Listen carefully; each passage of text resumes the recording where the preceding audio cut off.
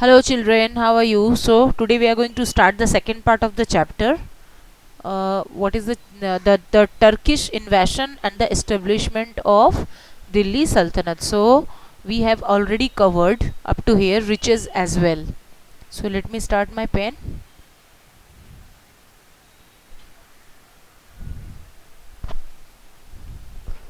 So we have already covered up to riches as well up to here. So we are going to start from hundreds of temples were plundered, right? So it's not going.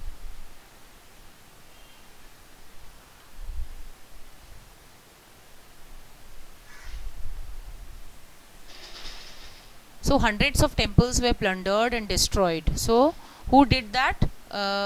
This Muhammad Ghazni. He came to India, to the northern parts of India, and to the temples of India rather, and he destroyed all these temples. Why? Because he had to plunder the temple of his riches. He had to rob the temples of their riches. So these temples possessed a lot of riches and wealth, and Muhammad Ghazni plundered all these wealth and riches, and he became very rich after robbing all these riches and wealth from these temples. So the attack on the Somnath temple in Kathiawad was the most ambitious, profitable expedition. That means this expedition, when he attacked the Somnath temple in North India, it was the most profitable expedition. That means it was the most profitable attack he had carried out, because Somnath temple possessed a lot of wealth, more wealth than other temples, right? So the Indians put up a stubborn resistance to save the magnificent temple, which was the richest and the most sacred temples of Hindus. So Indian people, they tried their best to put or to keep Ghazni away from this temple, but they could not. They could not, because Ghazni was very powerful leader, and he plundered this temple also, which was richest, the richest. That means this temple had got the most riches, as far as other temples were concerned. And this was the most sacred temple also. Sacred means pious. After 3 days of fierce fighting, the entire defense force, 50,000 soldiers lay down, right? The victorious. So let's go to the next page. So the victorious Muhammad returned to his capital with immense treasures, including valuable works of art. So what he took with him, he took the immense treasures of Somnath temple with him to his own place, to Ghazni, of course, because he was the king of Ghazni, and he also took valuable works of arts with him from India. Muhammad was a great military leader. So what he was a great military, or he was a great leader as far as wars were concerned. He was a great leader, great army leader. But he did not want to establish an Indian empire. His interest lay in territorial expansion in Central Asia. Punjab was the only Indian province he annexed. So he was a great leader as far as wars and these military expeditions were concerned, but he did not want to establish his own empire in India, right?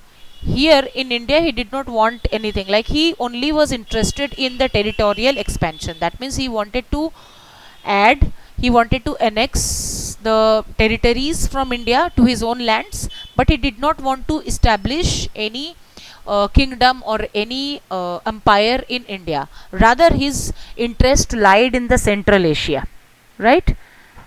Punjab was his only Indian province he annexed. So here, Punjab was the only territory from India which he annexed, or which he added to his own lands. Sultan Muhammad drained away India's vast treasures and used them to transform Ghazni into a magnificent capital city. So his main interest lied in his own territory, which was Ghazni. So he plundered a lot of riches, wealth, treasures, money from India. But what he did with all this money and treasures, he went back to his place Ghazni, and he uh, used all these treasures, wealth, and everything in transforming Gajni into the magnificent city, right? So he transformed Gajni into a very beautiful city with the help of these riches which he had plundered from India. Gajni was adorned with splendid mosques, libraries, museum. The court of Gajni glittered with sparkling pearls and rubies and diamonds. So what he did? First of all, he transformed Gajni into a magnificent, beautiful city, and then he got a lot of mosques, libraries, museums, a lot of these kinds of buildings, these kinds of these kinds of things constructed in his own place, Gajni, and also his court was started glittering with pearls, rubies, diamonds he had plundered from the temples of India. Muhammad was known as the ideal idol breaker and a bandit operating on large scale in the context of Indian history. So, as far as our Indian history is concerned, Muhammad Ghazni was known as the idol breaker.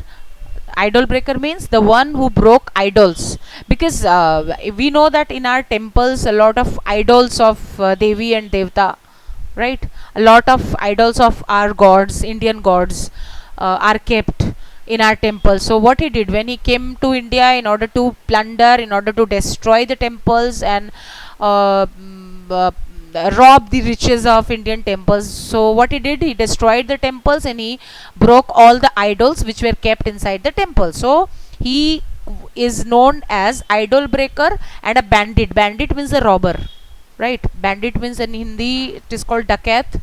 He was a bandit also because he plundered all the riches of the temples. He riches the wealth of the temples of India.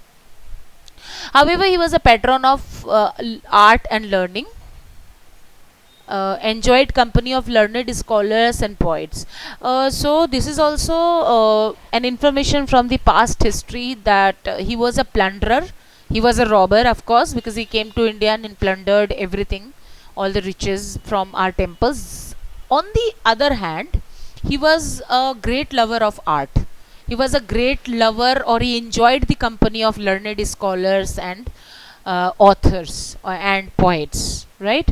So the Persian poet Firdausi, author of great epic Sahanama, and the great Persian historian, mathematician Al-Biruni were among the eminent scholars patronized by Muhammad. So what is the meaning of patron? Patron means if somebody supports anything or anyone with the financially, right? As far as the financial support is concerned, that this person who is a patron gives financial support to these to anything or to anyone whom they like. So he was a great lover of he was a great patron of art and learned people as such. So he uh, he these two Persian poet, like one is Firdausi. He was also an author of Sahanama. You could remember this name because this might be a question in your question paper. So you should remember this Firdausi Sahanama, and great Persian historian and mathematician Al-Biruni. So these two learned people were in his company, and he patronized a lot of eminent scholars. So among them, these two were quite important. That's why these two names are written over here. So after that, Muhammad's raids exposed the weakness of northern states and paved the way for the conquest of India. So what happened? Muhammad carried out a lot of raids, carried out a lot of attacks on northern states of India, and that really exposed the weakness of Indian territories. How? Because and really this weakness. So what is the weakness? We are going to, of course, focus on that also. We are going to discuss what was the big weakness, of course, but this weakness led to the conquest of India by the outsiders. So what is the weakness? The empire of Ghazni disintegrated rapidly after Muhammad's death For about 150 years after that, North India was a free from foreign attacks. So weakness, what is weakness? We are going to discuss it. Right now it is not given. So let me tell you what is the weakness. Weakness was that a lot of India independent states were there in the northern parts of India also, but their rulers were, uh, were not at good terms with one another. They used to fight against one another. So this was the most important weakness, which is why outsider or outside attacks, uh, carried out in India, became successful. Only because of this reason, only on account of this reason, that the rulers in the northern part of India were not united. They were separated from one another. They used to fight against one another. So this is a very important question, that what was the weakness in the northern states of India which which paved the way to the conquest of India from the outsiders or outside rulers. So Muhammad died after some time. For about and his state or his empire Ghazni disintegrated because of his death. And for next 150 years there were no outside attacks, because Muhammad Ghazni was the most powerful ruler as far as the surrounding areas of India were concerned. So there were no outside attacks after Ghazni died. When Muhammad Ghori invaded India at the end of 12th century, now after Muhammad Ghazni, there came another ruler or another invader. His name was Muhammad Ghori. So he invaded India at the end of the 12th century. So there were five major Rajput kingdom in North India. So these are the names. You can go for the names on your own. See, these are the names only. Who were the five major kingdoms and their names. Now we will discuss Muhammad Ghori. Towards the end of the 12th century, a new kingdom based on Ghor arose in northwestern Afghanistan near Ghazni. Right? So we have already learnt about Ghazni, how he attacked India and what he did and how he died. And after his death, next 150 years there were no attacks on India, because there were no powerful rulers or outside rulers who could uh, attack India. But after 150 years, Ghori, one another ruler of outside India, who now had got the intention of attacking India, and he carried out his attack on India at the end of the 12th century. So there was a kingdom called Ghor. It was in the northwestern Afghanistan. So let us go to the map and see the map. So let's go to the image map. See, this is the map of Ghor. See, this is Ghor. Where is my pen? Yes. So see, this is Ghor, right? And this is near Ghazni. This is Ghazni. This is Pakistan, and after this, here at this place, our India. So this is north. Let's go to the see here. Northwestern Afghanistan near Ghazni.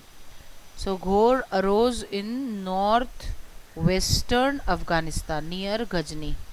So you can see Ghor northwestern in the north. This is Afghanistan, present day Afghanistan, and this is Ghor is present or situated in the northwestern of Afghanistan, right? So this is quite important or imperative on your part to set the maps of the places. Otherwise it will become difficult for you to remember your chapters. Fine. So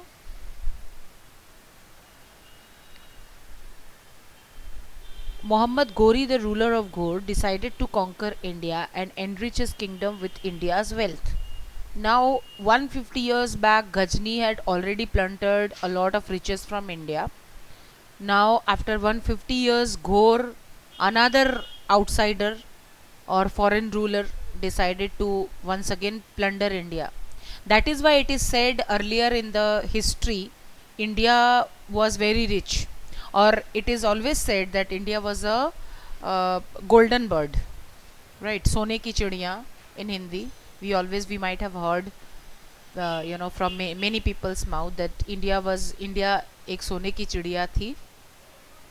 But these kinds of incidents or events, when outsiders or foreign rulers, foreign invaders invaded India, attacked India, and robbed India of its riches, almost all riches, and now we have become so poor, or India now has become a poor country on account of these events which took place in our past history.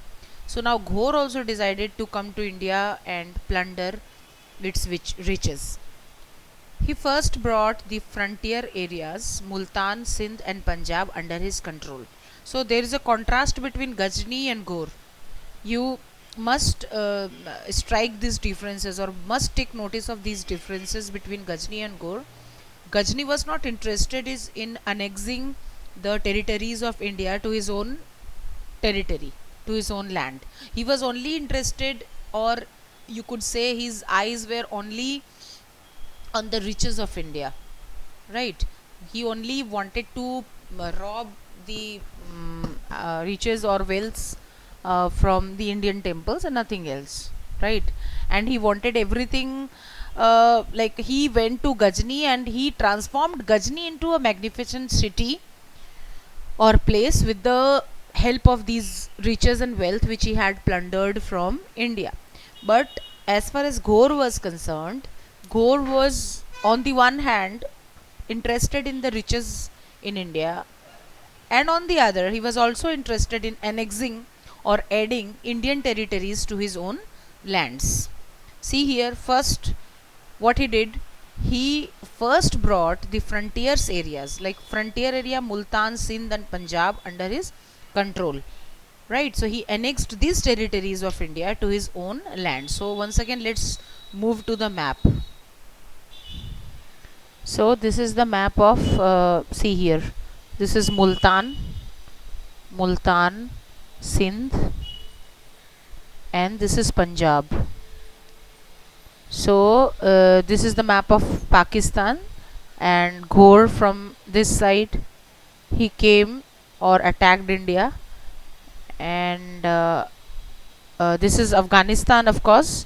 So here, somewhere here, Ghor was present, was situated, and he came from this side and he annexed or added these frontier areas like I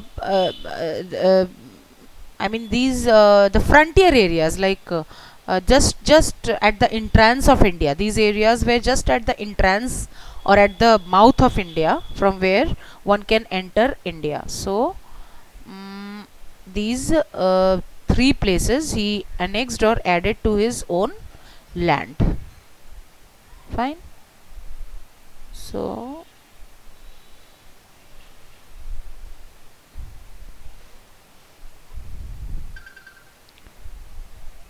Muhammad Ghori, oh, we have finished this.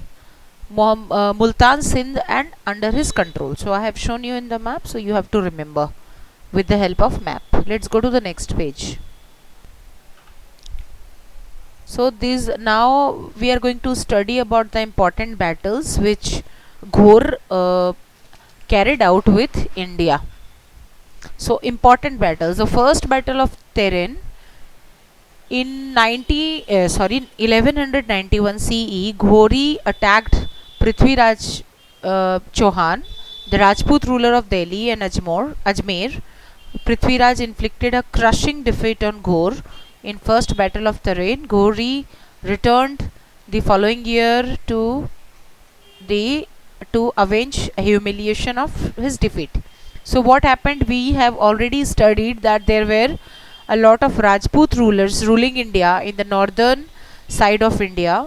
They were ruling their independent states, but the most important uh, thing was that they were not united. They were separated from one another. They used to fight against one another, right? So what happened when the first battle of Tarin took place? He attacked, or Ghori attacked Prithviraj Chauhan. But Prithviraj Chauhan was a very powerful ruler in those times. So he defeated Ghori. But Ghori returned to his own place. But he returned, of course, but he had in his mind the idea of revenge. So he came back to India after some days, after some years, of course, and I think in 1 year, only after 1 year. See here, in 1191 he attacked. The first battle of Tarin took place, and in 1192 the second battle of Tarin. So in the after only the first year, or only after 1 year, he came back to India and he did the second battle of Tarin. Prithviraj organized a confederacy of Rajput chiefs to meet the challenge. Right now, Prithviraj Kapoor had realized the fact that Ghori had returned. Ghori would return, of course. Prithviraj Chauhan had realized the fact Ghori would definitely return. So he had realized the fact. So he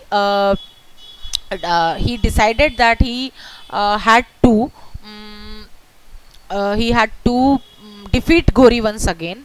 But that time, like he had realized that won't do it won't serve the purpose. Like it won't uh, like it won't work. What I mean to say is, it won't work if he attacked Ghori, or if he uh, uh, had a fight with Ghori alone, right? So he had this idea in his mind that now he would have to take the help of other rulers also, right? So what he did, he organized a confederacy of Rajput rulers, Rajput chiefs, to meet the challenge, right? So what he did, he organized a confederacy. So what is the meaning of confederacy? So the confederacy means same alliance, right? So he made an alliance, or he made a treaty with them. He made an alliance or treaty with them in order to meet this challenge. So what was the challenge? To defeat Ghori once again. Unfortunately, the most powerful Rajput ruler, Jayachandra of Kannauj, refused to help him. So this Rajput ruler, Jayachand, refused, or he denied that he wouldn't take part in this battle against Ghori. The armies of Rajputs and Ghori clashed in the second battle of Tarin in 1192. This time Muhammad Ghori routed the Rajput army. So this time what happened? He devastated the Rajput army and defeated Prithviraj Chauhan along with other Rajput rulers.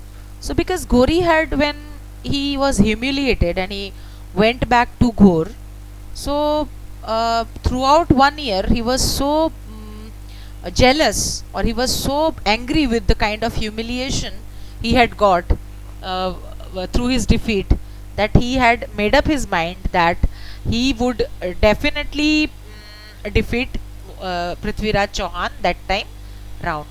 So he had made up his mind, and that is why with strong determination he came back to India and carried this battle, or this carried out this battle in the second battle of Tarin, and he had been able to defeat Prithviraj Chauhan.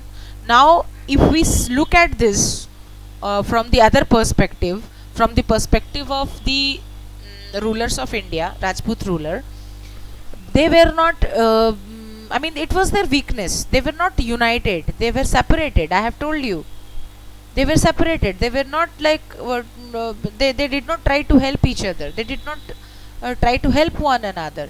So this was the biggest weakness on the part of independent states which were there in India, in the northern side.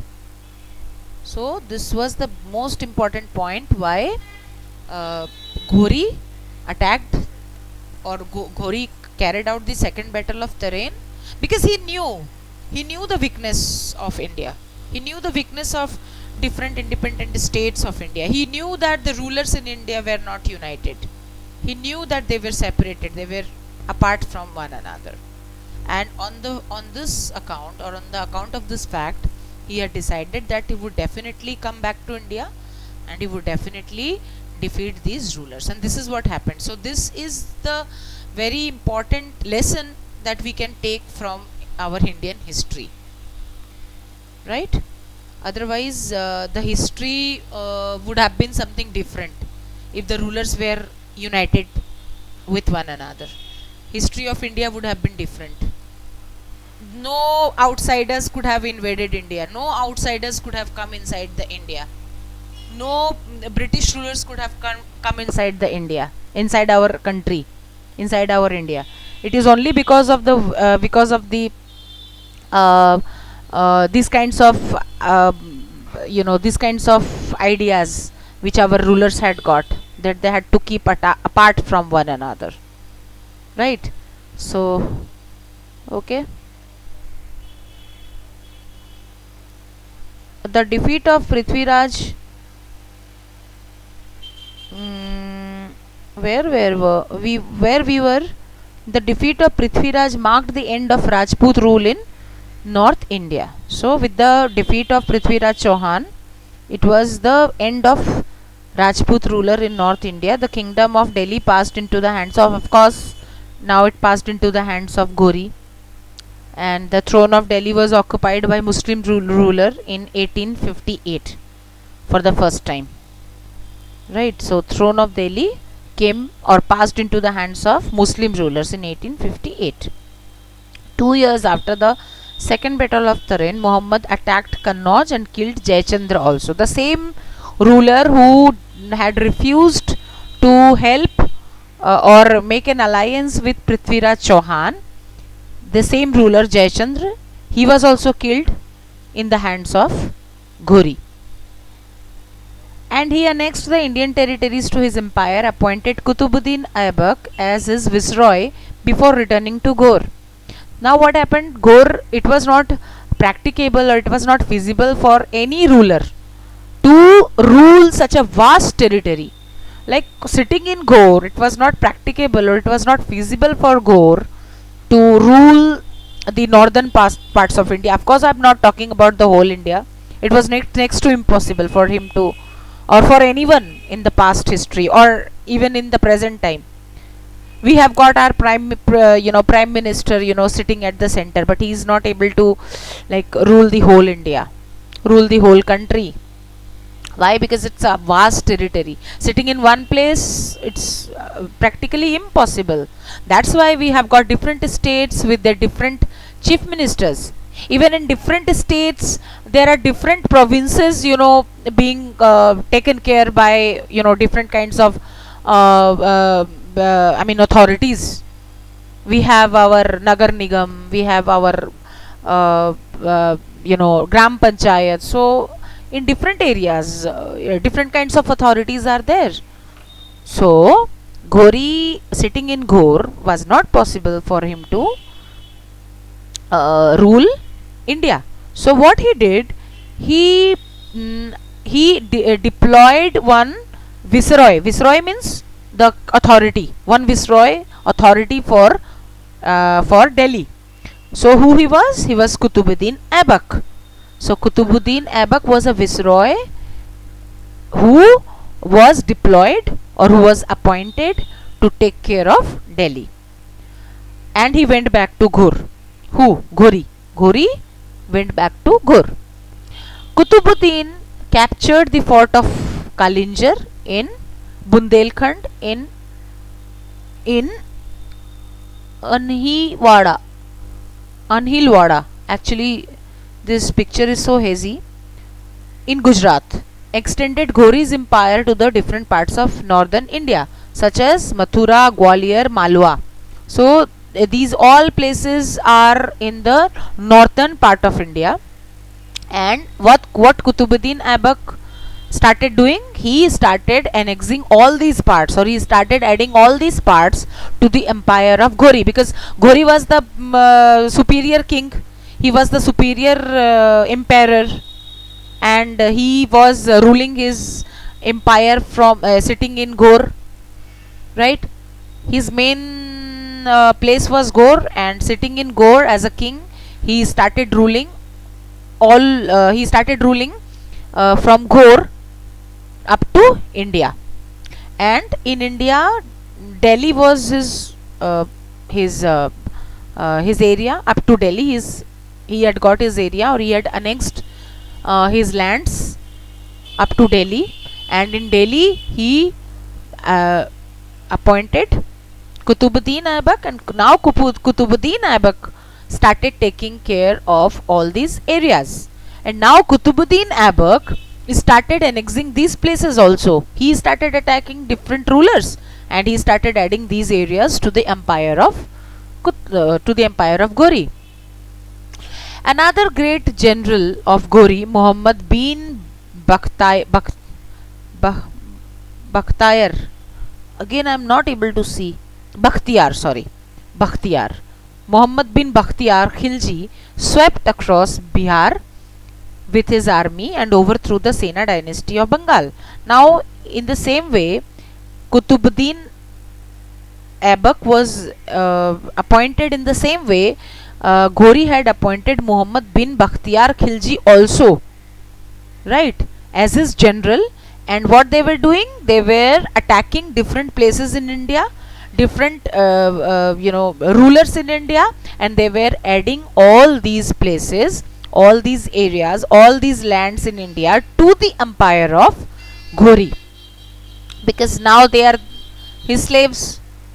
Now Kutubuddin Aibak and this Bakhtiyar Khilji, all these generals and viceroys, all these people were his slaves, and they were attacking different places in India, and they were adding all these lands to his empire. So what he did, he went into Bihar, and also he went into Bengal, right? And there was Sena dynasty in Bengal. He defeated Sena dynasty, and caught complete control over Bihar and Bengal, right? So let me see, what is the time. Yes, it's more than 32.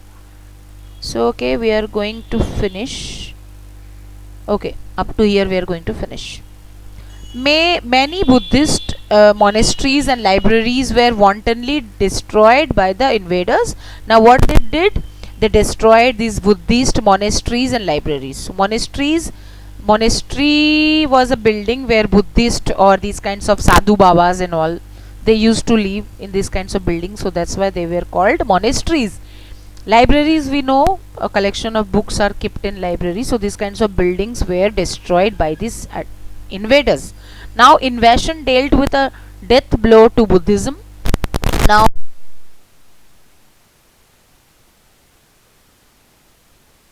innocent people, they were killing also these sadhu babas and all these